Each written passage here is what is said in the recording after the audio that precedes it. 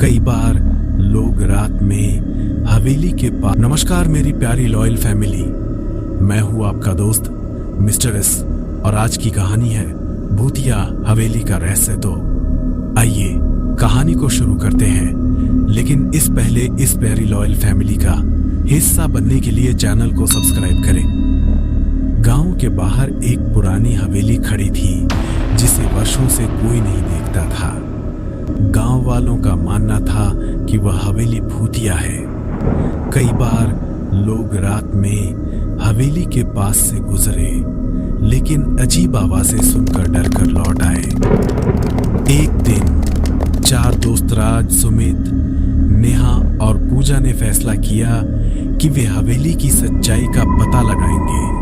वे सब बेहद साहसी थे और डर को अपने ऊपर हावी नहीं होने देना चाहते थे।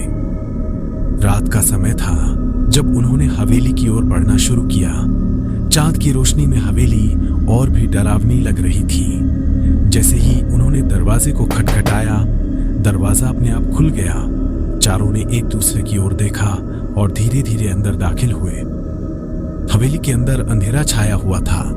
चारों ने अपने फोन की टॉर्च जलाई और दीवारों पर लगे पुराने चित्रों को देखने लगे। एक चित्र ने सबका ध्यान खींचा। उसमें एक खूबसूरत महिला थी, लेकिन उसकी आंखों में एक अजीब सी बेचैनी थी।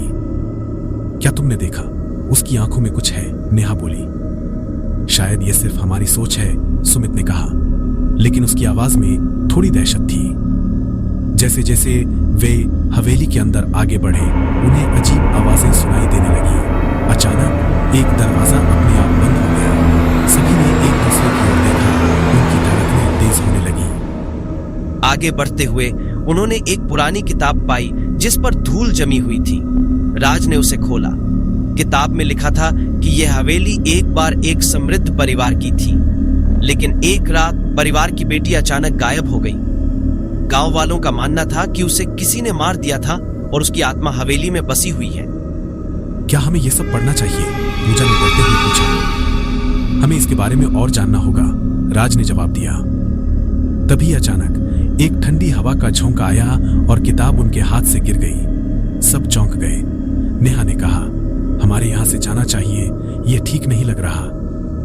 लेकिन राज ने उसे रोकते हुए कहा, रुको, हमें यह जानना होगा कि यहां क्या हुआ। वे फिर से किताब उठाने लगे। तभी एक अजीब सी आवाज सुनाई दी, मुझे यहां से जाने दो। सबकी सांसें थम गई। वह आवाज स्पष्ट थी, मानो कोई भूत सामने खड़ा हो। अचानक एक परछाई उनके सामने आई। वह वही खूबसूरत महिला थी जो चित्र में थी। क्यों आए हो तुम यहां? उसने चीखते हुए कहा। मैं यहां कैद हूं, मुझे बचाओ। सबने डरते डरते कहा, हम तुम्हारी मदद करना चाहते हैं। लेकिन महिला ने कहा, मुझे केवल उस पल का इंतजार है जब मेरे साथियों का बलिदान होगा। राज ने समझाया, हम तुम्हें मुक्त करने की कोशिश करेंगे। हम तुम्हारी आत्मा को शांति देंगे। उन्होंने किताब में एक मंत्र पढ़ने का निर्णय लिया जिसे उन्होंने देखा था। जैसे ही राज ने मंत्र पढ़ना शुरू किया, हवेली में तेज हवा चलने लगी। सभी ने महसूस किया कि कुछ अजीब हो रहा है। अचानक महिला की आवाज सुनाई दी, तुमने मुझे मुक्त किया, अब मैं चली जाऊंगी। महिला की परछाई धीरे धीरे धुंधली होती गई और फिर अचानक गायब हो गई। हवेली में एक सन्नाटा छा गया। चारों दोस्तों ने राहत की सांस ली। क्या हुआ? क्या यह सच था? पूजा ने पूछा। हाँ, हम उसे मुक्त कर चुके हैं, राज ने कहा। वे सब हवेली से बाहर निकले और जैसे ही उन्होंने दरवाजा खोला, उन्हें महसूस हुआ कि हवेली की डरावनी आवाजें बंद हो गई थी। अब हवेली शांत और सुस्त लग रही थी। गांव वालों ने भी देखा कि हवेली में अब कोई अजीबता नहीं रही। उन्होंने सोचा कि शायद अब वहां की आत्मा को शांति मिल गई। दोस्तों ने यह तय किया कि वे फिर से कभी उस हवेली का दौरा नहीं करेंगे। इस घटना ने उनकी दोस्ती को और भी मजबूत कर दिया। उन्होंने एक दूसरे से वादा किया कि वे कभी भी डर के आगे नहीं झुकेंगे।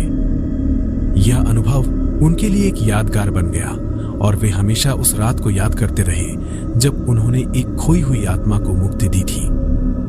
इस तरह भूतिया हवेली का रहस्य खुल गया और एक डरावनी रात ने 4 दोस्तों को एक नई पहचान दी। अब वे हमेशा याद करेंगे कि सच्ची दोस्ती और साहस के साथ किसी भी अंधेरे का सामना किया जा सकता है। तो दोस्तों, मिलते हैं अगली वीडियो में एक नई कहानी के साथ।